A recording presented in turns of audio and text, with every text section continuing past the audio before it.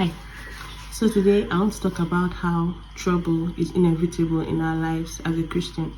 The Bible tells us in John 16 verse 33 that in the world you will have tribulation, but be of good cheer, I have overcome the world. I'm going to be using David as an example. David was a man after God's heart. We all know how much God loved David. God did not hide his love for David. But even the man after God's heart did not have a rosy life. His life was full of trials and tribulations. He had a very chaotic life. It took David 15 years or so after he was anointed to be the king of Israel. It took him 15 years to ascend the throne. It was not just 15 peaceful years. It was 15 or so, if I'm right, very chaotic years. And even when he became king, David was a man of battles. David was a man of battles, both internally and externally. He did not have a rosy life, and that is a man after God's heart.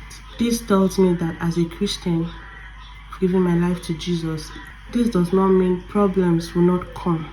John chapter 16 verse 33 tells us that in life there will be trouble, but also we hear David talking about the goodness of God, how the goodness of God kept running after him, how whatever the enemy threw at him, God was there. God's good hand was there to lift him up. The difference between us as Christians and those that are not is that in life there will be many troubles, but we have someone in the boat with us. When Jesus was on the same boat with the disciples, there was still a storm.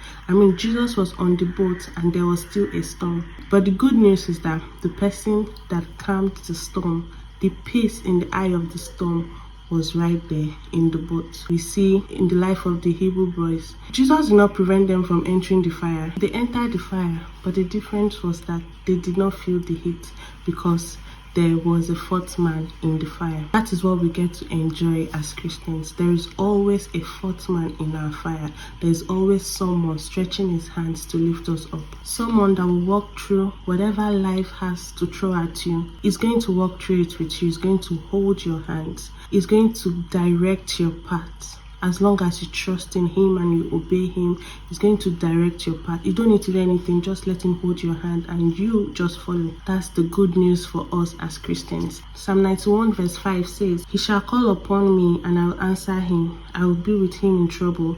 I will deliver him and honor him." That is the promise given to us as children of God. There will be trouble, but God will be with us.